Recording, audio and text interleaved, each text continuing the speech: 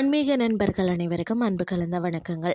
இன்றைக்கு நாங்கள் ஆன்மீகம் சம்பந்தமான பதிவில் பார்த்தீங்கன்னா, ஆரோக்கியம் அருளும் அமிர்த கலசதாரி மேல திருமணஞ்சேரி தன்வந்திரி பகவானை பற்றி தான் நாம் இன்றைக்கு பார்க்க போகிறோம்.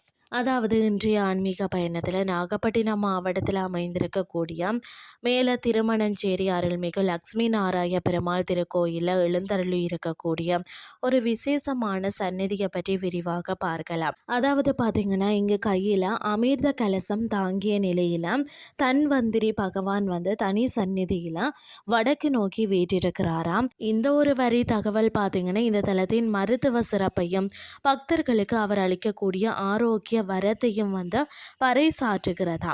வாருங்கள் இதனுடைய சிறப்பை ஆழமாக நாம பார்க்கலாம். யார் இந்த தன்வந்திரி பகவான்னு சொல்லி பார்த்தீங்கன்னா, பார்க்கடல் கடையப்பட்ட போது அதில் இருந்த தேவாமிர்த கலசத்துடன் தோன்றியவர் தான் தன்வந்திரி பகவான். இவர் மகாவிஷ்ணுவின் அம்சமாகவும் ஆயுள்வேதத்தின் தந்தை என்றும் போற்றப்படுகிறாராம். உலகிலே உள்ள அனைத்து நோய்களையும் தீர்க்கும் வல்லமை படைத்தவராம். இந்த கோயிலில் தன்வந்திரி பகவானுக்கு என்று தனி சந்நிதி அமைந்திருப்பது மிகவும் விசேஷமானதா. பொதுவாக பெருமாள் கோவில்களில் தன்வந்திரி சந்நிதி அரிதாகவே காணப்படும். அமர்ந்த கோலத்தில் காட்சியளிக்கும் பகவான் பார்த்தீங்கன்னா, தன்னுடைய திருக்கரத்தில் அமிர்த கலசத்தை தாங்கி உள்ளார். இது நோயற்ற வாழ்வையும் நீண்ட ஆயுளையும் நமக்கு குறிக்கிறது.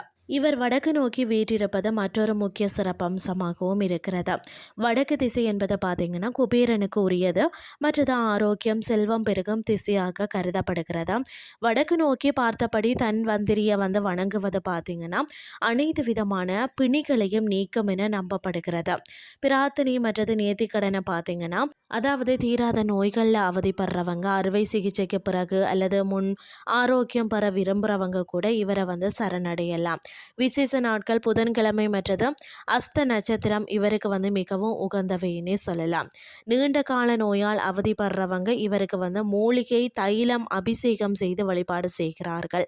நெய் தீபம், அதாவது இவருக்கு நெய் தீபம் ஏற்றி 11 முறை வலம் வணங்கினாலே தீராத நோய்கள் தீரும், ஆரோக்கியம் சீராகும் என்பது பக்தர்களின் அசைக்க முடியாத நம்பிக்கை. அது மட்டும் இல்லாமல் பார்த்தீங்கன்னு சொன்னால், அதாவது மருத்துவமனைகள் மருந்துகள் ஒரு புறம் இருந்தாலும் அந்த மருந்துகள் வேலை செய்யவும் மனதிற்கு தைரியம் கிடைக்கவும் தன்வந்திரி பகவான அருள் கட்டாயம் அவசியம். நீங்களும் ஒரு முறை பார்த்தீங்கன்னா மேல திருமணஞ்சேரி லக்ஷ்மி நாராய பெருமாள் கோவிலுக்கு சென்று வடக்கு நோக்கி தன்வந்திரி பகவானை தரிசிச்சுட்டு ஆரோக்கியமான வாழ்க்கையை பெறுங்கள்னு சொல்லி கூறிக்கொண்டு இன்றைய ஆன்மீகம் சார்ந்த பதிவை நிறைவு செய்து கொள்கிறேன். இதே மாதிரி மற்றொரு ஆன்மீகம் சார்ந்த பதிவோடு உங்களை சந்திக்கிறேன். நன்றி.